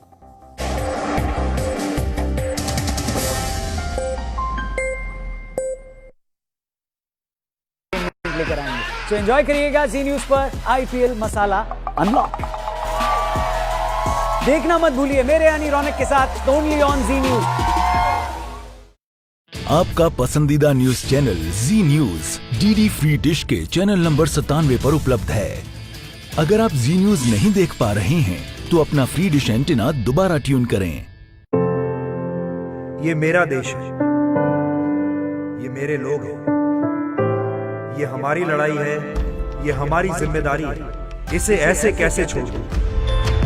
क्योंकि जब आप मुस्कुराते हैं तो मैं मुस्कुराता हूं। जब आपका दिन अच्छा गुजरता है तो मैं भी सुकून से सोता हूं। नमस्कार, मैं हूं सुधीर चौधरी और डीएनए में आपका स्वागत है। ये मेरा देश है, ये मेरे लोग हैं। यार इतना खर्चा किया, 2-4 लाइट भी लगवाते तो अच्छा रहता। अच्छा है क्या? चलाओ ना फिर टाइमिंग पे। कैसी है पब्लिक, क्या चल रहा है? आम कैप्टन क्या करते हैं? टॉस जीतने के बाद बैटिंग या बॉलिंग लेता है, लेकिन बहुआ क्या करता है? नमस्ते जी बहुआ बोली। टॉस जीतने के बाद कॉइन ले लेता है। आईपीएल का सबसे धमाकेदार शो मेरे यानी रौनक के साथ फन की रन की बात होगी, एक्चुअली क्रिकेट की बात होगी, फुल मस्ती होगी, क्रिकेट के बारे में बहुत सारी बातें होंगी। आईपीएल का सबसे धमाकेदार शो जिसका नाम है आईपीएल मसाला अनलॉक। देखना मत भूलिए मेरे यानी रौनक के साथ ओनली ऑन जी न्यूज। सत्ता के लालच में जब नेता सच पर सवाल उठाने लगे, काले को सफेद बताकर हकीकत देश से छिपाने लगे, तब जरूरी है सच के साथ हर खबर को देश हित में देश के सामने रखना। देश हित सिर्फ जी न्यूज पर। तो अर्ज किया है कि मेरे सामने अच्छे अच्छे क्रिकेट एक्सपर्ट्स ने पानी भरा है, क्योंकि मोहल्ले का सरकारी नल मेरे घर के सामने गड़ा है। नमस्ते जी, मैं बहुआ बोल रहा हूँ। कैसे हैं आप लोग? देखिएगा जरूर जी न्यूज पर आईपीएल मसाला अनलॉक, इस T20 सीजन का सबसे धमाकेदार शो मेरे यानी बहुआ के साथ आप देखेंगे। Full on entertainment, full on मस्ती, बहुत सारा धमाल, और साथ होंगे हमारे नन्हे क्रिकेट एक्सपर्ट भी आपके साथ। बहुत सारी बातें करेंगे क्रिकेट के बारे में, बहुत सारा एंटरटेनमेंट लेकर आएंगे। तो एंजॉय करिएगा जी न्यूज पर आईपीएल मसाला अनलॉक। देखना मत भूलिए मेरे यानी रौनक के साथ ओनली ऑन जी न्यूज। आपका पसंदीदा न्यूज चैनल जी न्यूज डीडी फ्री डिश के चैनल नंबर 97 पर उपलब्ध है। अगर आप जी न्यूज नहीं देख पा रहे हैं तो अपना फ्री डिश एंटीना दोबारा ट्यून करें। ये मेरा देश है, ये मेरे लोग हैं, ये हमारी लड़ाई है, ये हमारी जिम्मेदारी है। इसे ऐसे कैसे छोड़ दूं? क्योंकि जब आप मुस्कुराते हैं तो मैं मुस्कुराता हूं। जब आपका दिन अच्छा गुजरता है तो मैं भी सुकून से सोता हूं। नमस्कार, मैं हूं सुधीर चौधरी और डीएनए में आपका स्वागत है। ये मेरा देश है, ये मेरे लोग हैं। यार इतना खर्चा किया, 2-4 लाइट भी लगवाते तो अच्छा रहता। अच्छा है क्या? चलाओ ना फिर टाइमिंग पे। कैसी है पब्लिक, क्या चल रहा है? आम कैप्टन क्या करते हैं? टॉस जीतने के बाद बैटिंग या बॉलिंग लेता है, लेकिन बहुआ क्या करता है? नमस्ते जी बहुआ बोली।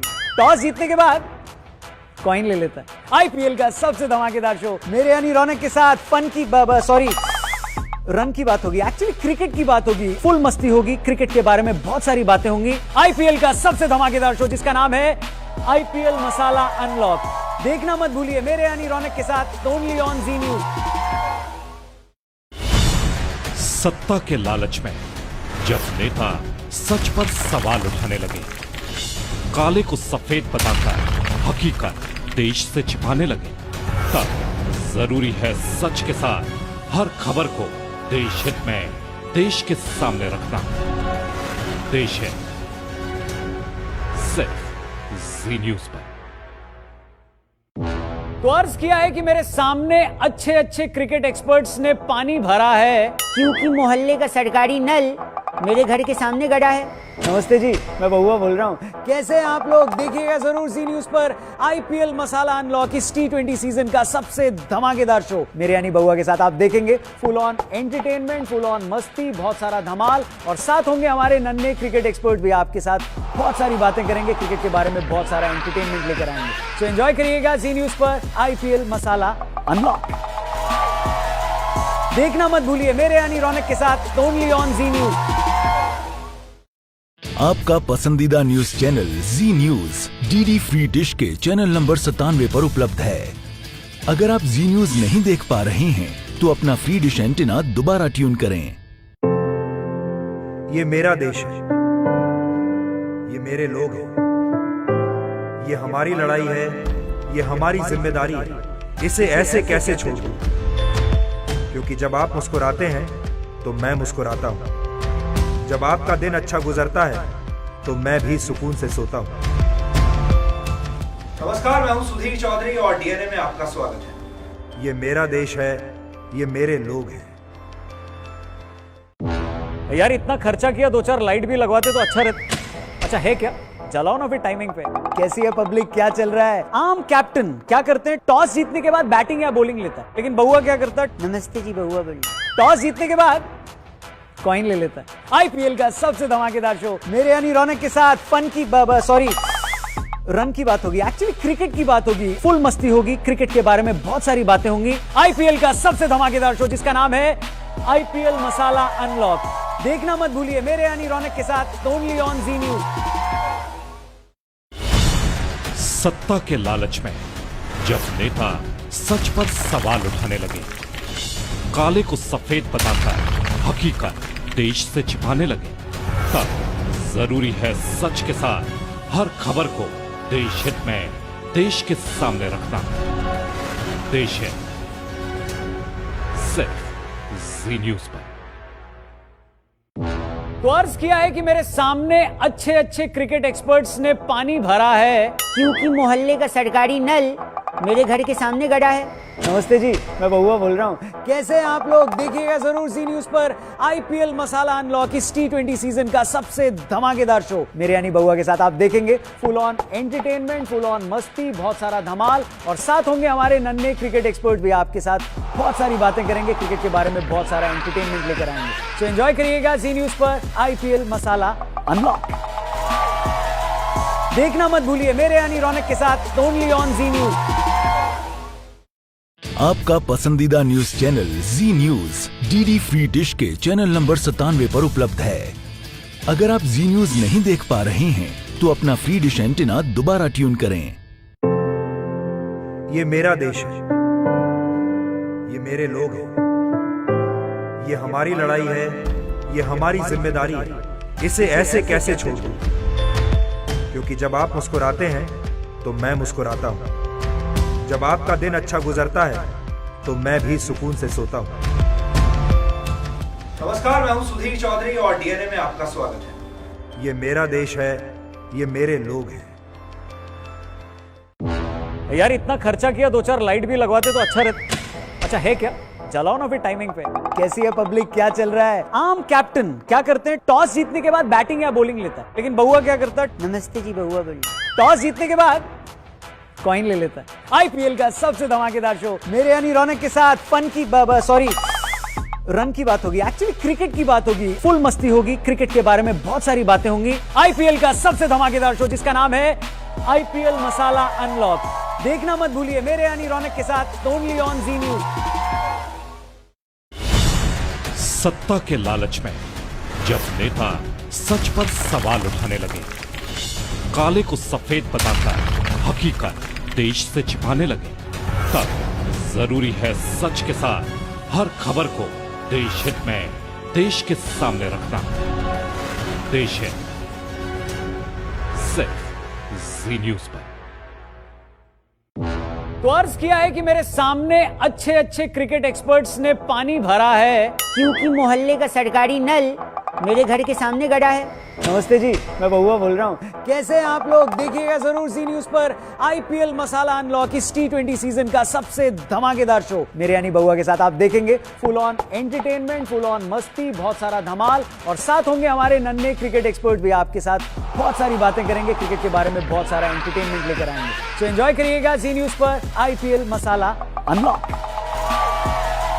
देखना मत भूलिए मेरे यानी रौनक के साथ ओनली ऑन जी न्यूज। आपका पसंदीदा न्यूज चैनल जी न्यूज डीडी फ्री डिश के चैनल नंबर 97 पर उपलब्ध है। अगर आप जी न्यूज नहीं देख पा रहे हैं तो अपना फ्री डिश एंटीना दोबारा ट्यून करें। ये मेरा देश है, ये मेरे लोग हैं, ये हमारी लड़ाई है, ये हमारी जिम्मेदारी है। इसे ऐसे कैसे छोड़ दूं? क्योंकि जब आप मुस्कुराते हैं तो मैं मुस्कुराता हूं। जब आपका दिन अच्छा गुजरता है तो मैं भी सुकून से सोता हूं। नमस्कार, मैं हूं सुधीर चौधरी और डीएनए में आपका स्वागत है। ये मेरा देश है, ये मेरे लोग हैं। यार इतना खर्चा किया, 2-4 लाइट भी लगवाते तो अच्छा रहता। अच्छा है क्या? चलाओ ना फिर टाइमिंग पे। कैसी है पब्लिक, क्या चल रहा है? आम कैप्टन क्या करते हैं? टॉस जीतने के बाद बैटिंग या बॉलिंग लेता है, लेकिन बहुआ क्या करता है? नमस्ते जी, बहुआ बोलिए। टॉस जीतने के बाद कॉइन ले लेता है। आईपीएल का सबसे धमाकेदार शो मेरे यानी रौनक के साथ फन की रन की बात होगी, एक्चुअली क्रिकेट की बात होगी, फुल मस्ती होगी, क्रिकेट के बारे में बहुत सारी बातें होंगी। आईपीएल का सबसे धमाकेदार शो जिसका नाम है आईपीएल मसाला अनलॉक। देखना मत भूलिए मेरे यानी रौनक के साथ ओनली ऑन जी न्यूज। सत्ता के लालच में जब नेता सच पर सवाल उठाने लगे, काले को सफेद बताकर हकीकत देश से छिपाने लगे, तब जरूरी है सच के साथ हर खबर को देश हित में देश के सामने रखना। देश हित सिर्फ जी न्यूज पर। तो अर्ज किया है कि मेरे सामने अच्छे अच्छे क्रिकेट एक्सपर्ट्स ने पानी भरा है क्योंकि मोहल्ले का सरकारी नल मेरे घर के सामने गड़ा है। नमस्ते जी, मैं बहुआ बोल रहा हूँ। कैसे हैं आप लोग? देखिएगा जरूर सी न्यूज पर आईपीएल मसाला अनलॉक इस T20 सीजन का सबसे धमाकेदार शो मेरे यानी बहुआ के साथ आप देखेंगे। Full on entertainment, full on मस्ती, बहुत सारा धमाल और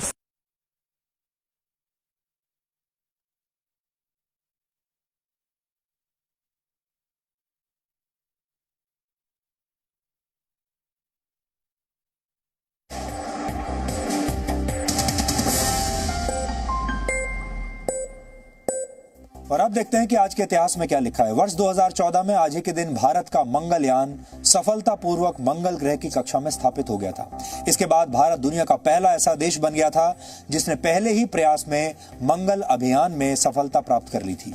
मंगलयान को आंध्र प्रदेश के श्रीहरिकोटा से PSLV रॉकेट के जरिए 5 नवंबर 2013 को लॉन्च किया गया था। खास बात यह है कि भारत का यह मिशन दुनिया का सबसे कम लागत वाला मंगल मिशन था।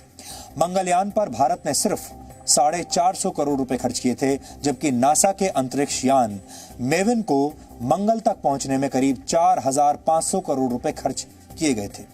भारत से पहले सिर्फ अमेरिका, रशिया और यूरोपीय यूनियन ही मंगल ग्रह पर सफलतापूर्वक अपना अंतरिक्ष यान भेज पाए हैं। मंगलयान की सफलता के बाद अब इसरो वर्ष 2022 में मंगलयान 2 की तैयारी कर रहा है। मंगलयान 2 सिर्फ मंगल ग्रह के चक्कर ही नहीं लगाएगा, बल्कि लैंडर और रोवर मंगल ग्रह की सतह पर उतरकर वहां के वातावरण और तापमान का अध्ययन भी कर सकते हैं। वर्ष 1932 में आज ही के दिन पूना पैक्ट को मंजूरी दी गई थी। पुणे की यरवड़ा जेल में हुए इस समझौते में दलितों के लिए विधानसभाओं में 148 सीटें सुरक्षित की गई थी। पूना पैक्ट की पृष्ठभूमि में कम्युनल अवार्ड था, जिसके तहत ब्रिटिश हुकूमत ने दलितों को एक नहीं बल्कि 2 वोटों का अधिकार दिया था। यानी एक वोट से दलितों को अपना प्रतिनिधि चुनना था और दूसरे वोट से सामान्य वर्ग का प्रतिनिधि। उस समय महात्मा गांधी पुणे की यरवड़ा जेल में थे। गांधी जी ने कहा कि ऐसे कानून से हिंदू धर्म का विभाजन हो जाएगा और वो जेल में ही अनशन पर बैठ गए। बाद में यरवड़ा जेल में ही महात्मा गांधी, डॉक्टर भीमराव अंबेडकर और मदन मोहन मालवीय की मौजूदगी में पूना पैक्ट पर सहमति बनी, जिसमें अंबेडकर दलितों के लिए अलग निर्वाचन का अधिकार छोड़ने पर राजी हो गए थे। वर्ष 1861 में आज ही के दिन स्वतंत्रता सेनानी भीकाजी कामा का जन्म मुंबई में हुआ था। वो भारत का झंडा फहराने वाली पहली भारतीय थी। जर्मनी के स्टुटगार्ट में 22 अगस्त 1907 को इंटरनेशनल सोशलिस्ट कॉन्फ्रेंस में भारत का जो झंडा फहराया गया था वो तिरंगे से अलग था। भीकाजी कामा द्वारा फहराए गए इस झंडे पर वंदे मातरम लिखा हुआ था और उस झंडे में हरी, पीली और लाल पट्टियां थी। उन्होंने ब्रिटेन, जर्मनी और अमेरिका जाकर भारत की आजादी के पक्ष में प्रचार किया। उनके द्वारा फ्रांस में प्रकाशित अखबार वंदे मातरम प्रवासी भारतीयों के बीच काफी लोकप्रिय भी हुआ था। और आज ही के दिन वर्ष 1990 में शनि ग्रह पर बहुत बड़ा सफेद धब्बा देखा गया था, जिसे ग्रेट व्हाइट स्पॉट का नाम दिया गया। इस धब्बे को शनि ग्रह पर भयानक तूफान की निशानी माना जाता है। आधुनिक टेलीस्कोप्स की मदद से ये सफेद धब्बे देखे जा सकते हैं। वैज्ञानिकों का कहना है कि शनि ग्रह के तूफान का आकार आधी पृथ्वी के बराबर है और ये पृथ्वी पर आने वाले तूफानों की तुलना में 10,000 गुना ज्यादा शक्तिशाली है। तो डीएनए में आज इतना ही। अब आपसे हमारी मुलाकात होगी कल रात 9 बजे। तब तक आप खुश रहिए, सुरक्षित रहिए, स्वस्थ रहिए। नमस्कार।